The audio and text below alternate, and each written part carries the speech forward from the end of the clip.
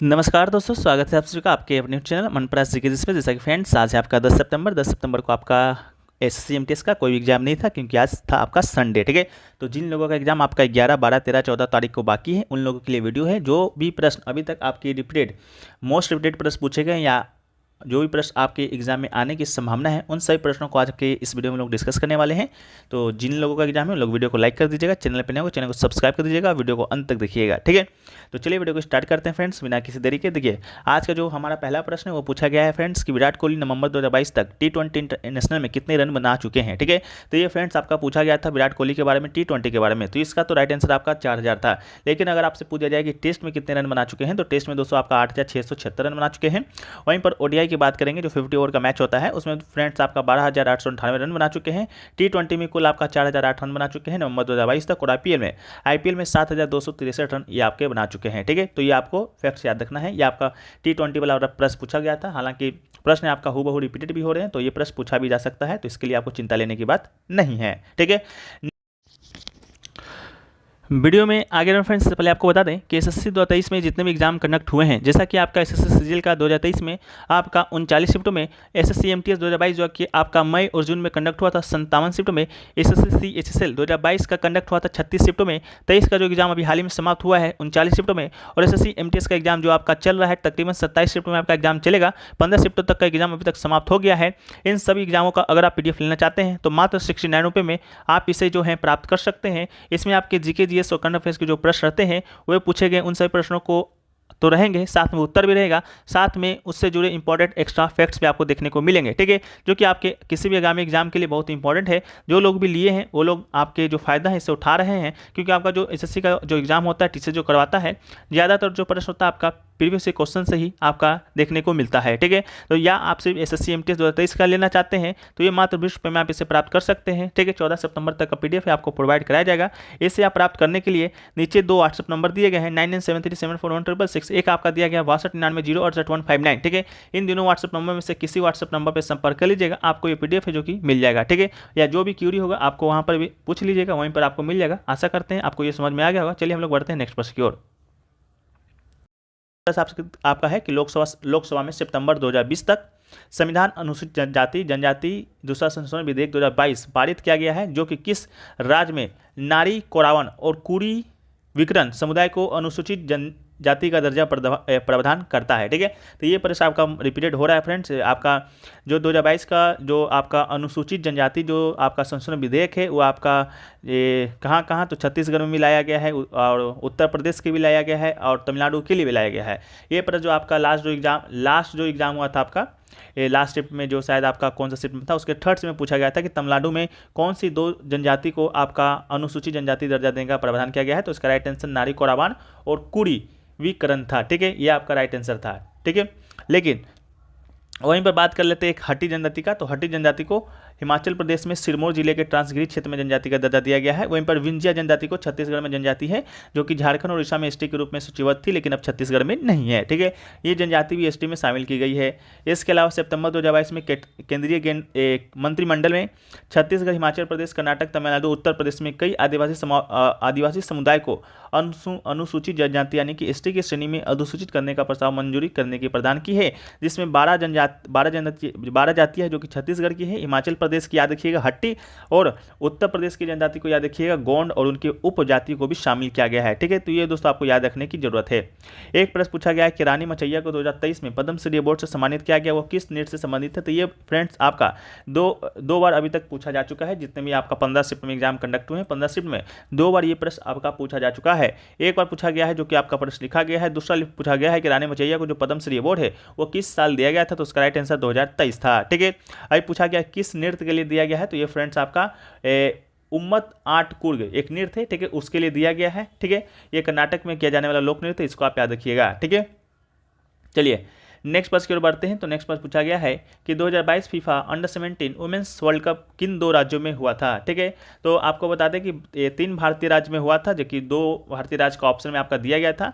तीनों भारतीय राज्य का नाम आप लोग मुझे याद रखिएगा। पहला आपका भुवनेश्वर जो कि उड़ीसा में है, एक दोस्तों आपका मारगोवा जो कि गोवा में है, एक आपका मुंबई में आयोजित हुआ है। विजेता की बात करेंगे तो विजेता आपका स्पेन था, उपविजेता फ्रेंड्स आपका कोलंबिया था। ठीक है, इसके अलावा नेक्स्ट पर पूछा गया है कि अनुच्छेद जो 44 है आपका किससे संबंधित है। ठीक है, तो अनुच्छेद 44 की बात करेंगे फ्रेंड्स, ये आपका एक समान नागरिक संहिता, ठीक है, जिसे कि यूजीसी भी कहते हैं, उससे संबंधित ये आपका अनुच्छेद है। ठीक है, ये आपका अनुच्छेद जो 44 है आपका राज्य के नीति निर्देशक तत्वों में से एक है, जो कि राज्य का नीति निर्देशक तत्व है, जो कि अनुच्छेद 36 से 51 तक में आपका हमारे भारतीय संविधान में वर्णित है। ठीक है, एक क्वेश्चन पूछा गया कि अनुच्छेद 139 है जो कि किससे संबंधित है, तो ये दोस्तों आपका कैग यानी कि भारत के नियंत्रक महालेखा परीक्षक और के कर्तव्य और शक्तियों से संबंधित अनुच्छेद है आपका 139 अनुच्छेद। ये इसका जो नियुक्ति है वो फ्रेंड्स आपका कौन करता है, इसको याद रखिएगा। ये इसका जो नियुक्ति है वो फ्रेंड्स आपका राष्ट्रपति, जो कि भारत में भारत के जो राष्ट्रपति होते हैं उन्हीं के द्वारा नियुक्त किया जाता है। और वर्तमान में आपके भारत के नियंत्रक महालेखा परीक्षक यानी कि कैग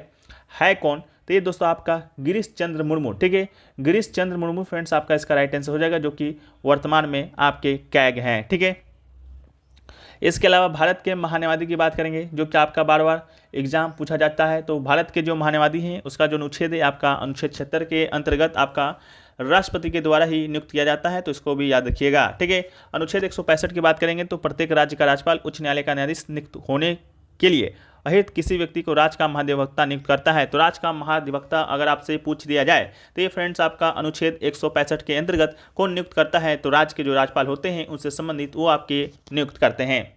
नेक्स्ट क्वेश्चन देखिए पूछा गया है कि सांगपो जो नदी है, सांगपो किस नदी को कहा जाता है। ठीक है, तो सांगपो नदी है जो कि दोस्तों आपका एक ब्रह्मपुत्र नदी है, जो कि आप लोग जानते होंगे चौड़ाई के दौरान में जो भारत में सबसे जो बड़ा नदी है वो दोस्तों आपका ब्रह्मपुत्र नदी है, जिसका सबसे ज़्यादा चौड़ाई है। ठीक है, तो ब्रह्मपुत्र नदी को, ठीक है, जब आपका तिब्बत में ये बहता है तो वो आपके सांगपो नाम से जाना जाता है। ठीक है, ब्रह्मपुत्र नदी की बात करेंगे तो आपका मानसरोवर झील के पास कैलाश रानी के चेमा युंगडुंग हिमनद से आपका ये फ्रेंड्स है जो कि निकलता है। ठीक है, ये तिब्बत, भारत और बांग्लादेश में होकर बहता है। तिब्बत में से हम लोग सांगपो कहते हैं, अरुणाचल प्रदेश में इसे हम लोग दिहांग नदी कहते हैं, और असम में दोस्तों ये ब्रह्मपुत्र नदी के नाम से जाना जाता है। और बांग्लादेश में अगर बात करेंगे तो बांग्लादेश में आपका जमुना के नाम से जाना जाता है। इतना आप लोग याद रख लीजिएगा। नेक्स्ट क्वेश्चन देखिए पूछा गया कि नील नदी है जो कि कहाँ पर जाकर गिरती है, नील नदी। ठीक है, तो नील नदी की बात करेंगे तो संसार की सबसे लंबी नदी है, लगभग 6650 किलोमीटर ये बहती है पूरे विश्व में। ठीक है, तो ये दोस्तों आपका गिरता कहाँ है, तो इजिप्ट के पास आपका भूमध्य सागर है। ठीक है, तो भूमध्य सागर इजिप्ट के पास ये जाकर जो नदी है आपका गिर जाता है। ठीक है, नेक्स्ट क्वेश्चन पूछा गया, ये ना जाने कितनों बार आपसे पूछा जाता है गोल्डन क्वाड्रिलेटरल के बारे में। ठीक है, तो पश्चिमी और पूर्वी गलियारे को कौन जोड़ता है, ये दोस्तों आपसे पूछा गया था। ठीक है, तो देखिए पूर्वी पश्चिमी कॉरिडोर की जो कुल लंबाई है पहले तो ये जान लीजिए 3300 किलोमीटर है। पूर्वी पश्चिमी गलियारा गुजरात, राजस्थान, मध्य प्रदेश, उत्तर प्रदेश, बिहार, पश्चिम बंगाल, असम से होकर आपका ये गुजरता है। ठीक है, इसके अलावा स्वर्णिम चतुर्भुज का पूर्वी पश्चिम गलियारा भारत में सिलचर और पोरबंदर में गुजरात शहर को जोड़ता है। ठीक है, तो गोल्डन क्वाड्रिलेटरल इसका आपका राइट आंसर था। ठीक है, इसके अलावा उत्तर दक्षिण पूर्व पश्चिम कॉरिडोर भारत में सबसे बड़ा यह राजमार्ग है। ठीक है, इसके अलावा बात करेंगे नॉर्थ साउथ गलियारा का तो लेंथ 4000 किलोमीटर है, जो कि श्रीनगर को कोच्चि कन्याकुमारी से आपका जोड़ता है। और स्वर्णिम चतुर्भुज जो परियोजना है आपका गोल्डन क्वाड्रिलेटरल, ये आपका 2001 में शुरू किया गया था। उस समय के जो तत्कालीन आपके प्रधानमंत्री थे अटल बिहारी वाजपेयी। ठीक है, ये आपके 4 प्रमुख महानगरों को जोड़ता है 4 दिशाओं में, जैसे उत्तर में आपका दिल्ली हो गया, दक्षिण में आपका चेन्नई हो गया, पूर्व में आपका कोलकाता हो गया और आपका पश्चिम में मुंबई हो गया। ठीक है, मार्ग पर स्थित प्रमुख नगर की बात करेंगे तो अहमदाबाद है, बेंगलुरु है, बालासोर है, भुवनेश्वर है, कटक है, दुर्गापुर है, जयपुर है, कानपुर है, पुणे है, कोल्हापुर है, सूरत है, विजयवाड़ा है, अजमेर है, बिजाग है, बोधगया है, वाराणसी है, इलाहाबाद है, आगरा है, मथुरा है, धनबाद है, गांधीनगर है, उदयपुर है और बड़ोदरा है। ठीक है, इसकी लंबाई की बात करेंगे गोल्डन क्वाड्रिलेटरल का 5846 आपका किलोमीटर का ये प्रोजेक्ट है। लॉन्च किया गया, प्लान किया गया था 1999 में, आधारशिला रखा गया था 2001 में, पूरा हुआ था आपका 2012 में। इसको आप लोग याद कर लीजिएगा। नेक्स्ट जो प्रश्न आपसे जो पूछा गया है वो पूछा गया है कि रोशन कुमारी और शोभना नारायण है जो कि किस शास्त्रीय नृत्य से संबंधित है। तो रोशन कुमारी या शोभना नारायण ये दोस्तों आपका कथक शास्त्रीय नृत्य से संबंधित है। कथक शास्त्रीय नृत्य की बात करेंगे तो ये आपका उत्तर प्रदेश का एक शास्त्रीय नृत्य है। शास्त्रीय नृत्य की बात करेंगे तो टोटल अभी संगीत नाटक अकेडमी के द्वारा 8 शास्त्रीय नृत्य है, जैसा कि कथक आपका हो गया जो कि आपका उत्तर भारत का है या उत्तर प्रदेश का है। ठीक है, इसके अलावा प्रमुख कथक डांसर की बात करेंगे रोशन कुमारी और शोभना नारायण के अलावा तो शंभू महाराज को याद रखिएगा, शंभू महाराज के अलावा दमयंती जोशी को याद रखिएगा, दमयंती जोशी के अलावा सितारा देवी के अलावा उमा शर्मा के अलावा गोपी कृष्णा के अलावा बिरजू महाराज, कुमुदिनी, लाखिया, शोभना नारायण, सुनैना, हजारीलाल, रानी, कर्ण, पुरी, धरीच, कमलिनी अस्थाना और नलिनी अस्थाना। ठीक है, कमलिनी अस्थाना और नलिनी अस्थाना दो दोस्तों आपके बहन है जिनका भी संबंध आपका किससे है, तो कथक शास्त्रीय नृत्य से ही है। ठीक है, अब हम लोग प्रमुख शास्त्रीय नृत्य के डांसर को देखें तो रुक्मणी देवी अनुल्ले है जो कि दोस्तों आपका भरतनाट्यम शास्त्रीय से संबंधित है। पंडित बिरजू महाराज की बात करेंगे तो ये दोस्तों आपका कथक से है। उदय शंकर दोस्तों आपका फ्यूजन से है। केलुचरण महापात्र की बात करेंगे तो ओडिसी शास्त्रीय नृत्य से है। ठीक है, इसके अलावा गुरु बिपिन सिंह की बात करते हैं हम लोग तो ये आपके मणिपुर के शास्त्रीय नृत्य से संबंधित है। गुरु वेम्पत्ति चिन्ना सत्यम की बात करेंगे तो ये दोस्तों आपका कुचिपुड़ी शास्त्रीय नृत्य से संबंधित है। इसके अलावा सोनल मानसिंह की बात करेंगे तो भरतनाट्यम और ओडिसी दोनों शास्त्रीय नृत्य से संबंधित है। आपके ऑप्शन में ओडिसी आएगा ना तो भरतनाट्यम आएगा, ज़्यादातर आपको भरतनाट्यम देखने को मिलता है और कभी कभी आपका भरतनाट्यम और ओडिसी दोनों दो दो करके ऑप्शन दिए जाते हैं, तो इस बात का भी आपको ख्याल रखना है। इसके अलावा पद्मा सुब्रमण्यम की बात करेंगे तो ये फ्रेंड्स आपका भरतनाट्यम के हैं। शोभना नारायण आपका बता चुके हैं कथक के हैं। श्रीमंता शंकर देव की बात करेंगे तो ये सतरिया से शास्त्रीय नृत्य जो कि आपका असम का है उनके संस्थापक माने जाते हैं। मृणालिनी साराभाई की बात करेंगे तो इनका संबंध आपका भरतनाट्यम से भी है और आपका कथकली से भी है। ठीक है, तो दोनों को याद रखिएगा, कभी कभी आपसे दोनों पूछ दिया जाता है। कलामंडलम कल्याणकुट्टी अम्मा की बात करेंगे तो इनका संबंध मोहिनीअट्टम से है जो कि दो फ्रेंड्स आपका कहाँ का शास्त्रीय नृत्य है, तो ये फ्रेंड्स आपका केरल का शास्त्रीय नृत्य है। यामिनी कृष्णमूर्ति की बात करेंगे तो ये आपका कुचिपुड़ी और भरतनाट्यम दोनों शास्त्रीय नृत्य से संबंधित हैं। ठीक है, तो दोनों को आपको याद रखिएगा। कुचिपुड़ी कहाँ का शास्त्रीय नृत्य है जिसको आपको बता दें, ये दोस्तों आपका आंध्र प्रदेश का है। भरतनाट्यम दोस्तों आपका तमिलनाडु का है। विश्व सत्यनारायण शर्मा की बात करेंगे तो कुचिपुड़ी। तंजौर बाला सरस्वती की बात करेंगे तो भरतनाट्यम शास्त्रीय नृत्य की शास्त्रीय नृत्य से संबंधित है। और एक है आपका अरलाम वैली, इनका भी संबंध आपका भरतनाट्यम शास्त्रीय नृत्य से ही है। ठीक है, नेक्स्ट क्वेश्चन देखिए पूछा गया कि लोक नृत्य जो है यक्षगान उसकी उत्पत्ति है जो कि किस राज्य में हुआ है, तो यक्षगान लोक नृत्य की उत्पत्ति की बात करेंगे फ्रेंड्स, इसका जो उत्पत्ति है आपका कर्नाटक से हुआ है। ठीक है, तो इसका राइट आंसर आपका कर्नाटक हो जाएगा। याद रखिएगा कर्नाटक से कोई भी शास्त्रीय नृत्य दोस्तों आपका संबंधित नहीं है। इसके अलावा अन्य नृत्य को देखेंगे जो कि आपका कर्नाटक से संबंधित है। ठीक है, तो देखिए दोलू कुनीथा को याद रखिएगा जो कि आपका कर्नाटक से संबंधित है। बोलाक अट, इसके अलावा भुट्टा रांधने और वीरगसे और कामसले, ये सभी जो नृत्य है फ्रेंड्स आपका कर्नाटक से ही संबंधित है। अगला प्रश्न जो पूछा गया है कि गुरु नानक जो जयंती है आपका कब मनाया जाता है, तो गुरु नानक जो जयंती है फ्रेंड्स आपका कार्तिक पूर्णिमा के दिन श्री गुरु नानक जी के जन्मदिन के तौर पे मनाया जाता है। ठीक है, ये दोस्तों आपका देखिए 15 अप्रैल 1469 को आपका इनका जन्म हुआ था आपका गुरु नानक जी का, और 22 सितंबर 1539 को इनका मृत्यु हुआ था। ठीक है, गुरु नानक जयंती जो कि या गुरुपुरब ये आपका गुरु पर्व सिख समुदाय के द्वारा मनाया जाता है। ठीक है, इसके अलावा नेक्स्ट जो आपसे जो प्रश्न पूछा गया है तो कि संगीतकार युग्म जिसे भारत रत्न दिया गया है। ठीक है, तो हम लोग बारी बारी से इसको देख लेते हैं कि किनको किनको अभी तक है जो कि आपको भारत रत्न अवार्ड है जो कि दिया गया है, जो कि आपके एग्जाम में ना जाने कितनों बार आपका भारत रत्न प्राप्तकर्ता संगीतकार से संबंधित प्रश्न पूछा गया है। तो भारत में सबसे पहले जो आपके संगीतकार हुए जिनको भारत रत्न मिला वो दोस्तों आपके MS सुब्बलक्ष्मी हुए जो कि कर्नाटक शास्त्रीय संगीत की गायिका हैं, जिन्हें 1998 में ये भारत रत्न अवार्ड है जो कि दिया गया था। वहीं पर बात करेंगे पंडित रविशंकर जी का जो कि आपके सितार वादक हैं, इनको दूसरी बार आपका जो दूसरा व्यक्ति हुए जो इनको 1999 में ये भारत रत्न अवार्ड है जो कि दिया गया। वहीं पर 2001 की बात करेंगे तो 2001 में आपका लता मंगेशकर को दिया गया जो कि आपकी गायिका थी। इसके अलावा 2001 में ही बिस्मिल्ला खां जो कि हिंदुस्तानी शास्त्रीय संगीत जो कि शहनाई वादक हैं उनको भी 2001 में ही दिया गया था। 2009 में बात करेंगे तो भीमसेन जोशी को दिया गया था जो कि हिंदुस्तानी शास्त्रीय संगीत शास्त्रीय गायक हैं। इसके अलावा 2019 में जो कि आखिरी बार दिया गया था भारत रत्न वो दोस्तों आपका भूपेन हजारिका को दिया गया था जो कि असम के भारतीय पार्श्व गायक हैं, संगीतकार हैं, गीतकार हैं और आपके गायक भी हैं। ठीक है, तो इन 1 2 3 4 5 6 नाम को याद रख लीजिएगा। अभी तक इन 6 नाम को ही आपका भारत रत्न दिया गया है जो कि संगीतकार रह चुके हैं। इसके अलावा अब तक के कला के क्षेत्र में भारत रत्न प्राप्तकर्ता की बात करेंगे तो देखिए पांडुरंग वमन केन्ने हैं जो कि संस्कृत के विद्वान हैं जो कि महाराष्ट्र हैं, इनको भी भारत रत्न अवार्ड है जो कि दिया गया है 1963 में। इसके अलावा हिस्ट्री ऑफ धर्मशास्त्र के ये लेखक रह चुके हैं। और साहित्य अकेडमी अवार्ड की बात करेंगे तो इन्हें 1956 में ये अवार्ड है जो कि दिया गया था।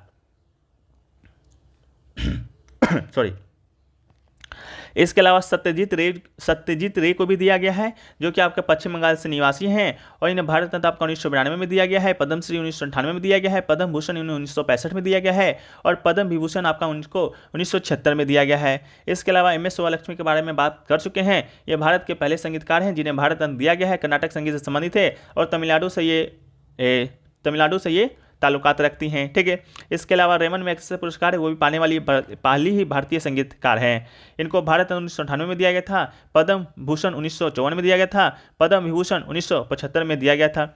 इस बात को याद रखिएगा। ठीक है, इसके अलावा हैं आपके पंडित रविशंकर जी हैं, जिनको सितार वादक है, जो कि बनारस से इनका संबंध है, और भारत रत्न इनको 1999 में, पद्म विभूषण आपका 1981 और पद्म भूषण 1967 में दिया गया था। लता मंगेशकर को भी दिया गया है, आपको बता चुके हैं 2001 में दिया गया था। बाकी इनको मेलोडी की रानी कहा जाता है, स्वर कोकिला के नाम से कहा जाता है, वॉइस ऑफ द मिलेनियम के नाम से जाना जाता है। पद्म विभूषण आपका 1919 में दिया गया था। दादा साहेब फाल्के अवार्ड 1989 में दिया गया था। महाराष्ट्र भूषण अवार्ड 1997 में दिया गया था। ठीक है, इसको भी याद रखिएगा। इसके अलावा बिस्मिल्लाह खां को दिया गया था 2001 में। ठीक है, इसके अलावा बात करें तो भीमसेन जोशी को दिया गया था आपका 2009 में।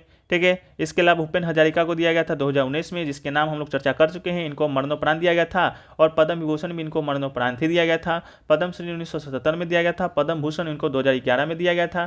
ठीक है, इसके अलावा नेक्स्ट क्वेश्चन आपसे पूछा गया है कि किस सभा की स्थापना है एम.जी. रनाडे और बी.बी. जोशी ने 2 अप्रैल 1870 को किया था? तो इसका नाम आपका पुनः सार्वजनिक सभा इसका राइट आंसर हो जाएगा। ठीक है, इसके अलावा नेक्स्ट क्वेश्चन जो पूछा गया कि भीतर गांव कहां पर है, जहां पर गुप्त साम्राज्य के समय से जीवित सबसे बड़ा भारतीय ईंट मंदिर है? तो ये प्रश्न अभी तक आपका 2 बार पूछा जा चुका है। दोनों बार किस प्रकार पूछा गया था? तो एक बार पूछा गया था भीतर गाँव मंदिर है जो कि आपका किस राज्य में स्थित है? तो उसका राइट आंसर आपका उत्तर प्रदेश था। दूसरा बार जो पूछा गया कि भीतरगांव जो मंदिर है वो आपका किस साम्राज्य या किस आपका साम्राज्य से संबंधित है? तो गुप्त साम्राज्य इसका राइट आंसर था। ये दोनों प्रश्न आपके, यही प्रश्न आपका 2 बार घुमा घुमा कर पूछा गया था। ठीक है, नेक्स्ट क्वेश्चन जो आपसे पूछा गया है कि बंगाल के विभाजन से कौन सा आंदोलन है जो कि जुड़ा हुआ है? तो बंगाल विभाजन के बाद जो दोस्तों आपका आंदोलन हुआ था वो आपका स्वदेशी आंदोलन हुआ था। बंगाल विभाजन की बात करेंगे तो 19 जुलाई 1905 को आपका बंगाल विभाजन का घोषणा होता है। ठीक है, इसके अलावा 7 अगस्त 1905 को कलकत्ता के टाउन हॉल में स्वदेशी आंदोलन का घोषणा होता है। ठीक है, नेक्स्ट क्वेश्चन जो पूछा गया कि 15 अगस्त 1947 को दिल्ली में लाल किला के किस गेट के ऊपर भारतीय राष्ट्रीय ध्वज जो कि फहराया गया था जवाहरलाल नेहरू जी के द्वारा? ठीक है, तो जवाहरलाल नेहरू ने 1947 में जब हमारा भारत आज़ाद हुआ था उस समय दिल्ली में एक लाहौरी गेट था, वहीं पर है जो कि झंडा है जो कि फहराया गया था। ठीक है, नेक्स्ट क्वेश्चन देखिए पूछा गया कि जीडीपी में मूल ह्रास कम करने पर क्या होता है? तो जीडीपी में से दोस्तों हम लोग मूल ह्रास यानी कि डिप्रेशिएशन हटा दें तो ये दोस्तों आपका एनडीपी निकल के आएगा। एनडीपी यानी कि नेट डोमेस्टिक प्रोडक्ट। ठीक है, तो इसको आप लोग याद कर लीजिएगा। जीडीपी इक्वल टू क्या होता है? तो consumption plus government expenditure plus investment plus export minus import. ठीक है, यानी कि जीडीपी बराबर उपभोग प्लस सरकारी व्यय प्लस निवेश प्लस निर्यात माइनस आयात करेंगे तो हम लोग जीडीपी प्राप्त कर सकते हैं। ठीक है, नेक्स्ट क्वेश्चन जो पूछा गया वो पूछा गया आपसे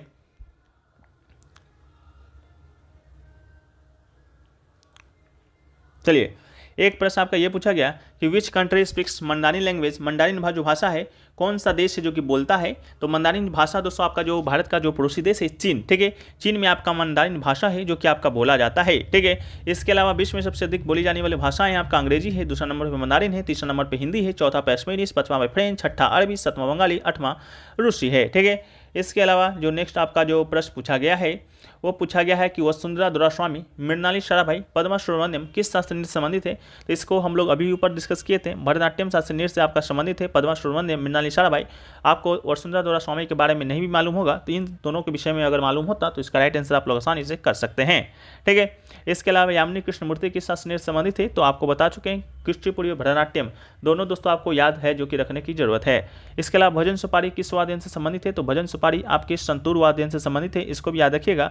संतूर से बात करेंगे तो भजन सुपारी के अलावा शिव कुमार शर्मा जी संबंधित है, पंडित तरुण भट्टाचार्य जी हैं। प्रमुख सितार वादक की बात करेंगे तो उमा शंकर मिश्र हैं, पंडित रविशंकर हैं, बुद्धादित्य आपके मुखर्जी हैं, विलायत खां जी हैं, साहिद परवेज हैं, वंदा सहन है, अनुष्का शंकर जी हैं, हारा शंकर भट्टाचार्य है, निखिल बनर्जी है, मुश्ताक अली खान है, सुदात हुसैन है और अरविंद पारिक हैं। ये सभी आपके प्रमुख सितार वादक हैं। सरंगी की बात करेंगे तो शकूर खान, पंडित रामनारायण, रमेश मिश्रा, सुल्तान खान, उस्तान विंदा खान, अब्दुल लतीफ खान, ये सभी जो संबंधित है फ्रेंड्स ये आपके सरंगी वाद्य यंत्र से संबंधित है। वायलिन की बात करेंगे तो ये आपसे पूछा नहीं जाता है, फिर भी आप लोग पढ़ लीजिएगा, पीडीएफ आपको प्रोवाइड कराया जा चुका है। सरोद को याद कर लीजिए, सरोद से अलाउद्दीन खां है, बुद्ध देवदास गुप्ता है, इसके अलावा अली अकबर खां है, इसके अलावा मुकेश शर्मा, जरीनेश शर्मा, बहादुर खां, सरन रानी, ये सभी आपके सरोद वाद्य यंत्र से संबंधित है। इसके अलावा रुद्र बीना से बात करेंगे तो असद अली खां है, जियामुद्दीन डागर है, असित कुमार बनर्जी है, बहाउद्दीन डागर है, ज्योति हेगड़े है, हिंदराज दिवेकर है, बंदे अली खां है, वाहिद खान है और सुवीर मिश्रा है। वहीं पर शहनाई की बात करेंगे तो शहनाई से आपका दया शंकर है, बिस्मिल्लाह खां है, अली अहमद हुसैन है, कृष्ण राम चौधरी जी हैं। तबला से याद रखिएगा जाकिर हुसैन जी हैं, जिन्हें 2023 में पद्मश्री का अवार्ड दिया गया था। सबीर खान है, सबीर खान के अलावा अल्लाह रखा खां है, अल्लाह रखा खां के अलावा पंडित किशन महाराज जी हैं, संदीप दास हैं। इसके अलावा उस्ताद सफात अहमद खां है, पंडित ज्ञान प्रकाश घोष है, गुदई महाराज है, लतीफ़ खां है, सुखविंदर सिंह है। ठीक है, इसके अलावा पखावत से जरूर याद कर लीजिएगा, तोताराम जी को बहुत बार पूछा जा चुका है। इसके अलावा मृदगम से आपका केवी प्रसाद जी हैं, केवी प्रसाद के अलावा जगदीश सिंह के अलावा पालघाट, मनियर, इन सभी का संबंध आपके मृदंग वाद्य यंत्र से संबंधित है। ठीक है, तो इन सभी को भी आप है जो कि याद रख लीजिएगा। इसके अलावा हम लोग नेक्स्ट प्रश्न की ओर बढ़ते हैं।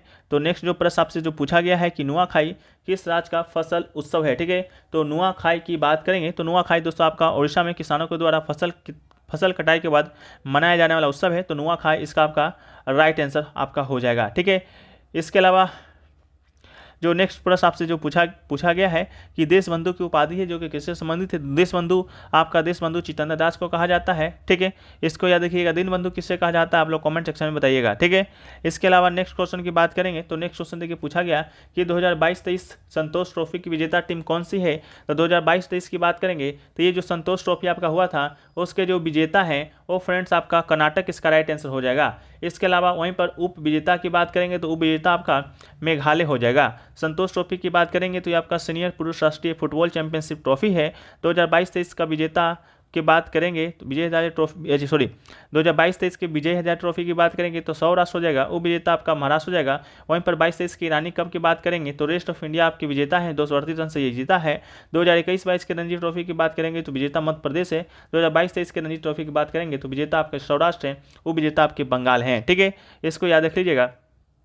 नेक्स्ट जो प्रश्न पूछा गया कि ओडीआई क्रिकेट वर्ल्ड कप है जो 2023 आपका कहां पर होगा। ठीक है, तो जो ओडीआई 2023 जो वर्ल्ड कप है फ्रेंड्स ये आपका कहाँ पर होगा, हमारे देश भारत में होगा। हमारे और आपके देश भारत में होगा 5 अक्टूबर से 19 नवंबर के बीच है जो कि आपका होना है। शुभंकर आपका क्रिकेट ऑफ स्वर्ड्स है जो कि पुरुष और महिला शुभंकर अलग अलग लक्षणों का प्रतिनिधित्व करते हैं जो कि लैंगिक समानता और विविधता दोनों के प्रतीक के रूप में जुड़ा हुआ है। ठीक है, इसके अलावा नेक्स्ट प्रश्न की बात करेंगे तो नेक्स्ट प्रश्न आपका पूछा गया है कि अनुच्छेद 29 और 30 आपका किससे संबंधित है। तो अनुच्छेद जो 29 है और 30 है वो फ्रेंड्स आपका संस्कृति और शिक्षा संबंधी अधिकार है। ठीक है, तो इसको याद रखिएगा। अनुच्छेद 29 क्या कहता है तो अल्पसंख्यकों के हितों की सुरक्षा प्रदान करता है अनुच्छेद। ठीक है, इसके अलावा अनुच्छेद 30 है वो आपका अल्पसंख्यकों द्वारा शैक्षणिक संस्थानों की स्थापना और प्रशासन का अधिकार प्रदान करता है। ठीक है, इसके अलावा अनुच्छेद 30 को आपका शिक्षा अधिकारों के चार्टर भी कहा जाता है। इसके अलावा जो हमारे भारतीय संविधान में जो 6 आपके क्या हैं आपके मौलिक कर्तव्य है उनमें से एक मौलिक कर्तव्य आपका अनुच्छेद 29 और 30 था जो कि सांस्कृतिक शिक्षा संबंधी अधिकार था। इसके अलावा और भी जो 5 आपके मौलिक कर्तव्य हैं जो कि वर्तमान में हैं वो पहला है आपका समता या समानता का अधिकार जो कि आपका अनुच्छेद 14 से 18 तक में वर्णित है। इसके अलावा अनुच्छेद स्वतंत्रता का अधिकार आपका अनुच्छेद 19 से 22 तक में वर्णित है। शोषण के विरुद्ध अधिकार आपका अनुच्छेद 23 से 24 तक में वर्णित है। अनुच्छेद 25 से 28 की बात करेंगे तो धार्मिक स्वतंत्रता का अधिकार देता है। और अनुच्छेद जो 5 है मौलिक कर्तव्य जो 5 है आपका संस्कृति शिक्षा संबंधी है जो कि अनुच्छेद 29 से 30 तक में वर्णित है। एक है आपका संवैधानिक उपचारों का अधिकार जो कि अनुच्छेद 32 तक में वर्णित है। इसके अलावा संपत्ति का अधिकार जो कि आपका 1978 से पहले हमारा मौलिक अधिकार हुआ करता था, लेकिन 1978 में आपका 44वां संविधान संशोधन हुआ, उसमें आपका जो संपत्ति का जो अधिकार है उसे हटाकर विधि अधिकार में परिवर्तित कर दिया गया था। और किस अनुच्छेद के अंतर्गत रखा गया तो अनुच्छेद 300 के ए के अंतर्गत रखा गया था। ठीक है, इसको याद रख लीजिएगा। नेक्स्ट है कि किस राज्य की साक्षरता दर सबसे कम है 2011 के जनगणना के अनुसार। तो ये दोस्तों आपका सबसे कम साक्षरता दर आपका बिहार का है। सर्वाधिक की बात करेंगे तो सर्वाधिक आपका केरल का है। वहीं पर बात करेंगे आपका भारत में साक्षरता दर कितना है तो 74.04% है। नेक्स्ट क्वेश्चन पूछा गया a red earth and pouring rain किसका उपन्यास है। तो देखिए रेड अर्थ और जो पॉरिंग रन है वो दोस्तों आपका विक्रम चंद्र जी के द्वारा लिखा गया है। नेक्स्ट क्वेश्चन पूछा गया कि 2011 ओडीआई क्रिकेट वर्ल्ड कप जो फाइनल मुकाबला है वो फ्रेंड कहाँ हुआ था?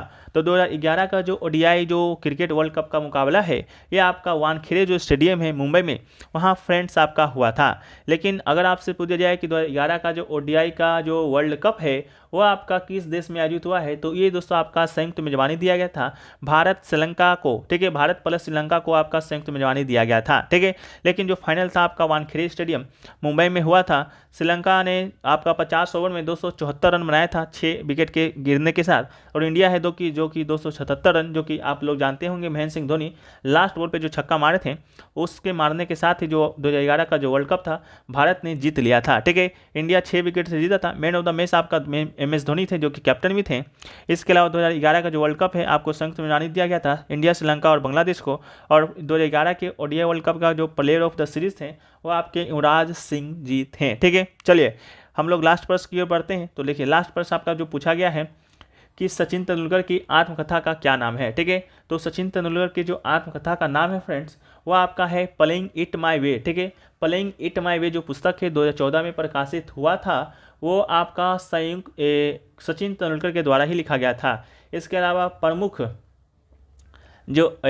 खिलाड़ी हैं जो कि आत्मकथा अपना लिख चुके हैं उनको देख लेते हैं एक बार। तो एक आपका है वाइड एंगल कैंडिड मोमेंट्स, ठीक है, फ्रॉम माय प्लेइंग डेज। ये पुस्तक आपके अनिल कुंबले जी के द्वारा लिखा गया है, ठीक है। इसके अलावा आपका the test of my life आपका इमरान सिंह के द्वारा लिखा गया है। वहीं पर आपसे अगर पूछा जाए the rest of my life तो ये आपकी मिल्खा सिंह के द्वारा लिखा गया है, ठीक है। इसके अलावा आपका 281 एंड बियॉन्ड ये पुस्तक आपका 2018 में लिखा गया था VVS लक्ष्मण जी के द्वारा। प्लेइंग इट माई वे आपके सचिन तेंदुलकर के अलावा लिखा गया था, और साथ में जो सहयोगी लेखक थे बोरिया मजूमदार थे। साइना नेहवाल जी के द्वारा लिखा गया था प्लेइंग टू विन, ठीक है। इसके अलावा कपिल देव जी के द्वारा 3 ऑटोबायोग्राफी है जो कि आपका लिखा गया है, ठीक है। वो ऑटोबायोग्राफी है बाय गॉड्स डिक्री जो कि 1985 में लिखा गया था। क्रिकेट माई स्टाइल 1987 में लिखा गया था। एक जो आपका है स्ट्रेट फ्रॉम द हार्ट आपका 2004 में लिखा गया था। A century is not enough आपका बुक लिखा गया था सौरभ गांगुली जी के द्वारा। नो स्पिन पुस्तक आपके श्रीनवान जी के द्वारा। कंट्रोवर्शियल योर्स आपका लिखा गया था शोएब अख्तर जी के द्वारा। Ponting at my gloss of play लिखा गया था रिक्की पॉन्टिंग के द्वारा। और विंग्स ऑफ फायर जो पुस्तक है ये तो आपके लिखे गए थे अब्दुल कलाम जी के द्वारा 1999 में, ठीक है। तो ये सभी फ्रेंड्स तो आपके प्रश्न जो कि आपके एग्जाम के पॉइंट ऑफ व्यू से बहुत ही इंपॉर्टेंट थे। आशा करते हैं वीडियो आपको पसंद आया होगा। वीडियो पसंद आए तो वीडियो को लाइक शेयर सब्सक्राइब जरूर कर दीजिएगा, ठीक है। मिलते हैं हम लोग नेक्स्ट वीडियो में। जब तक के लिए जय हिंद, जय भारत, वंदे मातरम, भारत माता की जय।